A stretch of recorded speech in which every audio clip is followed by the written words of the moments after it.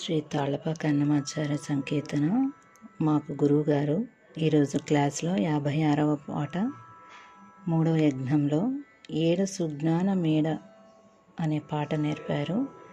దాని అర్థం కూడా చాలా బాగా తెలియజేస్తున్నారు.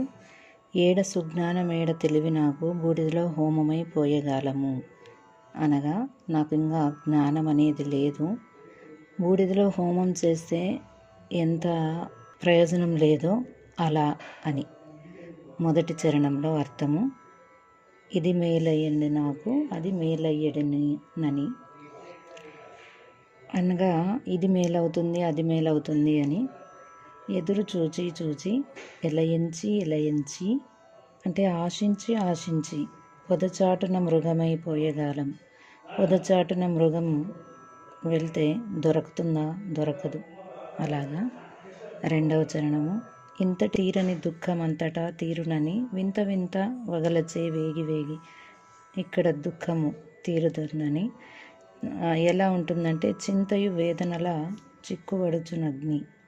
అగ్ని దగ్గర వెన్న ఉంటే ఎలా ఆవిరైపోతుందో అలా. మూడవ చరణము. ఇక్కడ సుఖము నాకు అక్కడ సుఖం అని ఎక్కడికైనాను ఊరక ఏగి అంటే ఇక్కడ సుఖం దొరుకుతుంది అక్కడ సుఖం దొరుకుతుందని వెళ్తాము. గ్రక్కన శ్రీ తిరువెంకటపతి గానక పుక్కింటి పురాణమై పోయేగాలము అంటే పుక్కింటి పురాణం ఊరికే మాటలే కానీ ఏమీ అక్కడ ఆచరణ ఏమీ ఉండదు, అలా ఉంటుంది అని చాలా మంచి కీర్తన నేర్పారు. అందరూ వినండి.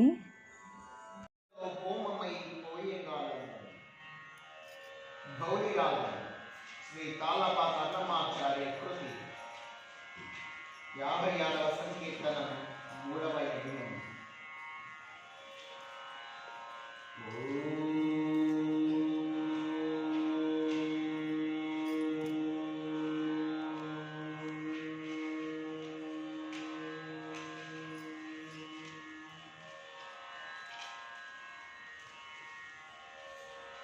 ఎడసు జ్ఞానం మేడ తెలివి నాకు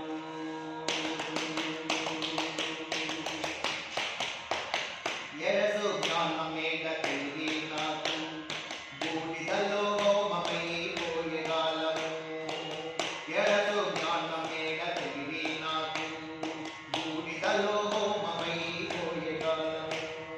బూడిదలో హోమమై పోయగాలము.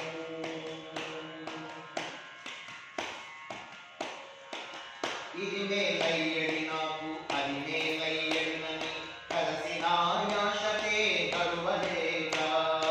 ఇది మేలయ్యడి నాకు అది మేలయ్యడినని కలసిన ఆశతే కరువలేక.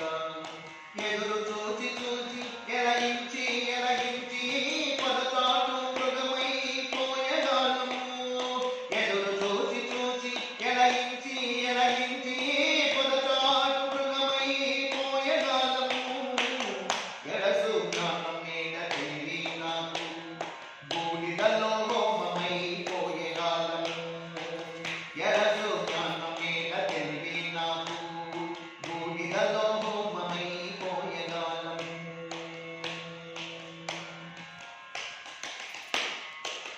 ఇంతట తీరని దుఃఖమంతటా తీరునని విత వదలచే వేగి.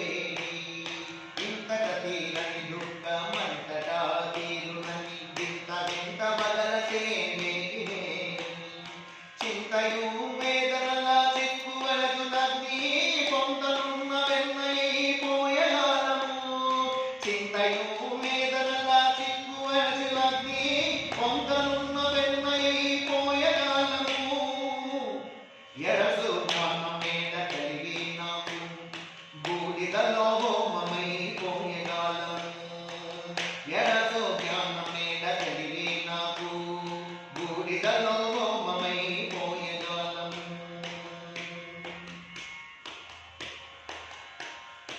ఇక్కడ సుఖము నాకు అక్కడ సుఖం బని ఎక్కడికైనను ఊరగ ఏగి. ఇక్కడ సుఖము నాకు అక్కడ సుఖం బని ఎక్కడికైనను ఊరగ ఏగి. ప్రక్కన శ్రీ తిరువెంకటపతి గాన